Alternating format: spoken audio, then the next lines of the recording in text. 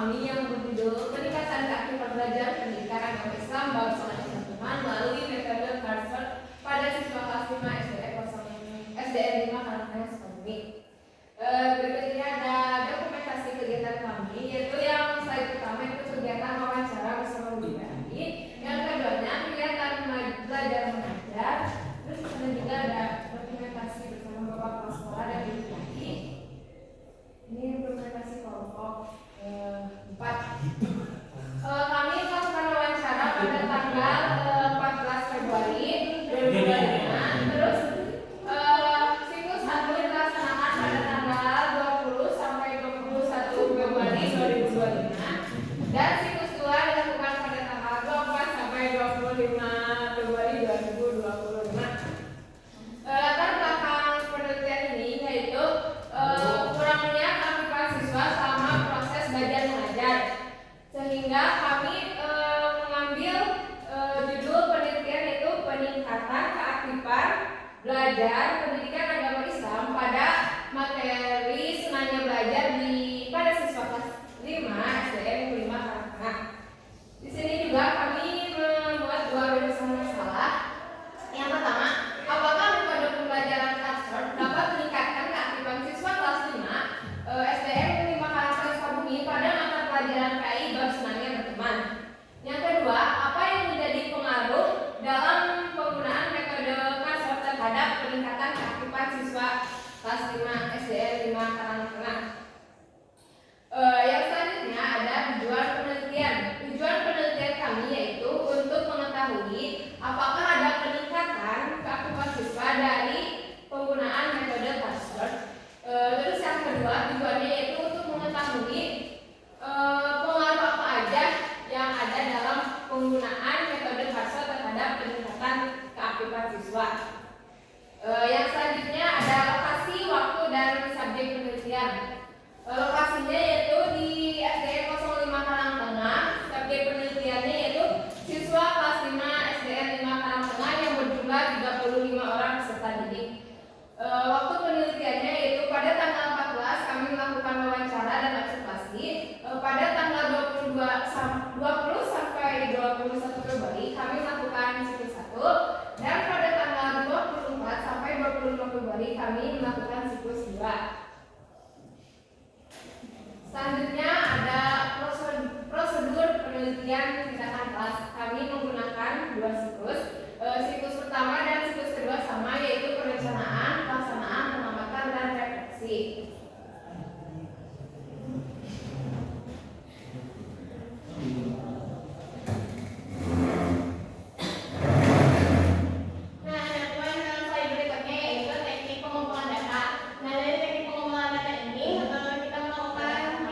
Pengumpulan data yang pertama adalah observasi,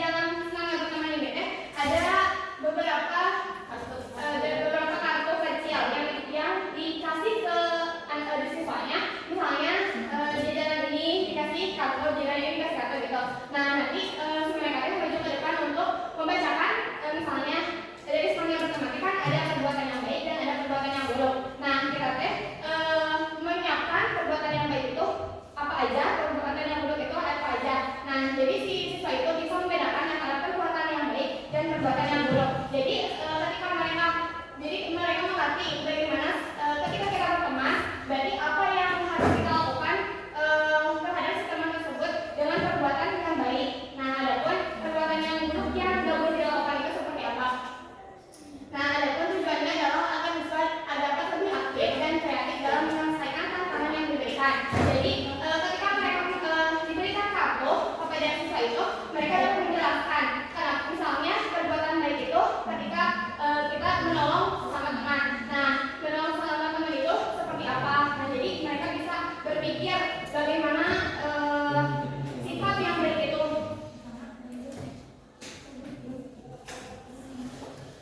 Nah, adapun hasil dari diagram pertimbangan keaktifan siswa antara kelas siklus pertama dan siklus kedua.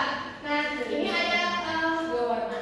Yang pertama ini ada prasiklus keterangannya siswa aktif, dan yang ini siswa kurang aktif. Nah, dari yang pertama yang prasiklus ini, yang siswa yang aktif itu hanya 12 orang dari 35 orang. Jadi yang tak aktifnya itu 23 orang. Nah, waktu siklus yang pertama, siswa yang aktifnya itu 17 orang, yang tidak aktifnya 18 orang. Nah, yang ke siklus kedua, siswa yang aktif 21 orang dan siswa yang kurang aktif 14 orang. Bisa dilihat dari diagram di sini bahwa yang kemarin kan itu kan siswa yang aktif.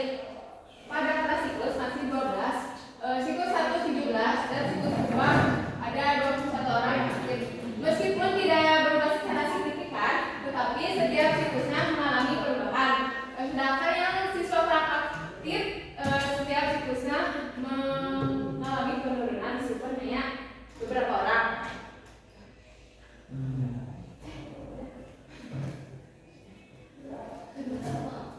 Nah, kemudian itu pemaparan hasil PPK dari kelompok 3. Mungkin dari teman-teman ada yang mau ditanyakan tentang hasil PPK dari kelompok kami, atau ada yang kurang mengerti dari teknik pembelajaran dan lain sebagainya. Langsung kita kali ya.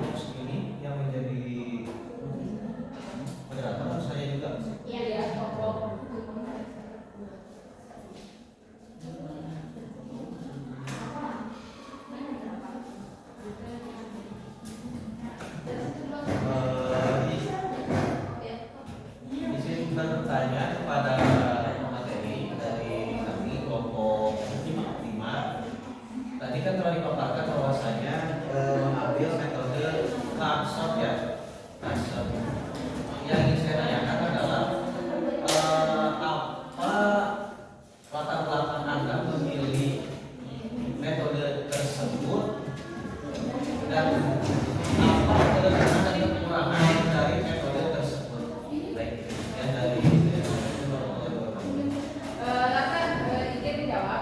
Lantas kenapa kami mengambil metode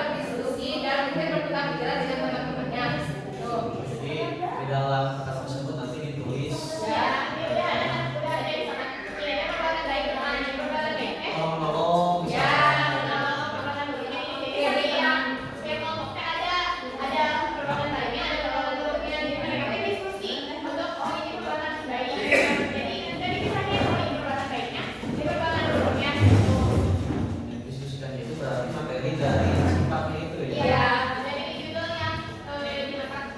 Jadi sebenarnya bagaimana? Dan kelebihan kekurangannya dari metode CARS ini apa? Kelebihannya mungkin tidak perlu mengeluarkan biaya yang banyak karena bisa dibikin dari KPS jadi KPS ya. Kekurangannya mungkin kalau siswa yang nggak suka berdiskusi yang malas buat itu bisa buat siswa yang punya sifat seperti itu. Jadi misalnya kalau kamu belajar juga kan, misalnya ada siswa yang aktif, ini senang banget untuk berdiskusi ada yang kayak gitu. Tapi ada siswa juga yang jadi lama gini, lama berpikir karena misalnya namanya misalnya itu perbuatan baik. Jadi atau perbuatan buruk misalnya perbuatan buruk. Tapi ini disebut perbuatan buruk karena apa? Jadi lama banget berpikir gitu. Mungkin Oh, iya. nah gitu kekurangannya. Berarti maksud dari aktif dan tidak aktifnya siswa yang tadi didiagramkan itu maksudnya dari situ ya? Ya.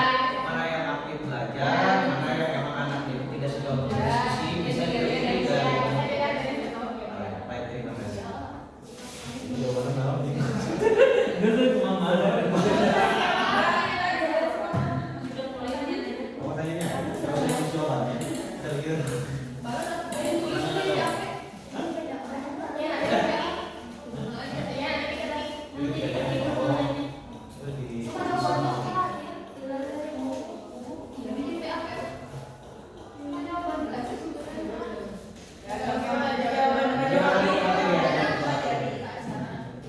Jadi lanjut, siapa yang ingin bertanya kembali kepada para pemateri ke depan? Ada satu pertanyaan lagi.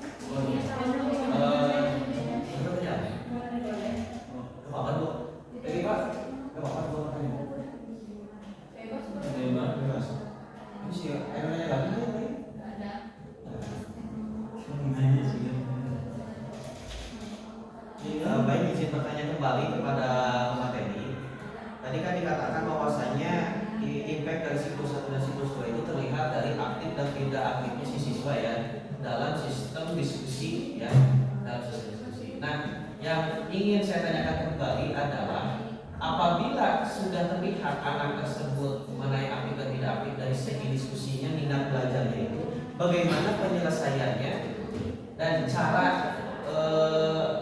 peningkatannya terhadap anak tersebut, penyelesaian anak tersebut, solusinya supaya bisa menjadi aktif sama seperti yang lainnya. Untuk siswa yang kurang aktif, ya bagaimana solusi dan penyelesaiannya agar anak tersebut minat dalam diskusi ini.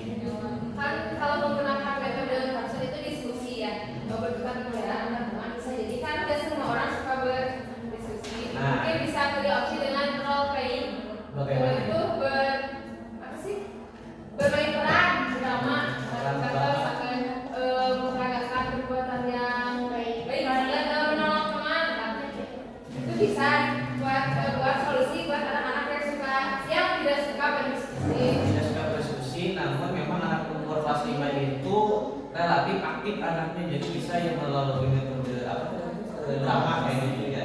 So misalkan ada dari satu kelompok itu 4 orang, 2 kelompok bagian diskusi, berpikir nanti 2 orang lagi di dalam kelompok itu untuk memperagakan contoh bagaimana akhlak tersebut diaplikasikan. Begitu. Oke, baik ya, terima kasih. Ada lagi yang ingin bertanya teman-teman?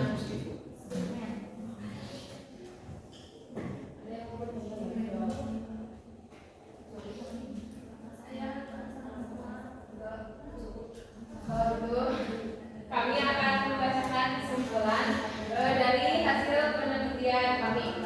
Kesimpulannya, berdasarkan pengalaman yang telah kami lakukan, yaitu menerapkan metode Stanford untuk meningkatkan keaktifan pada siswa kelas 5 SDR di Mataram Tengah, dapat disimpulkan bahwa ini cukup efektif dalam meningkatkan keterlibatan siswa dalam proses pembelajaran.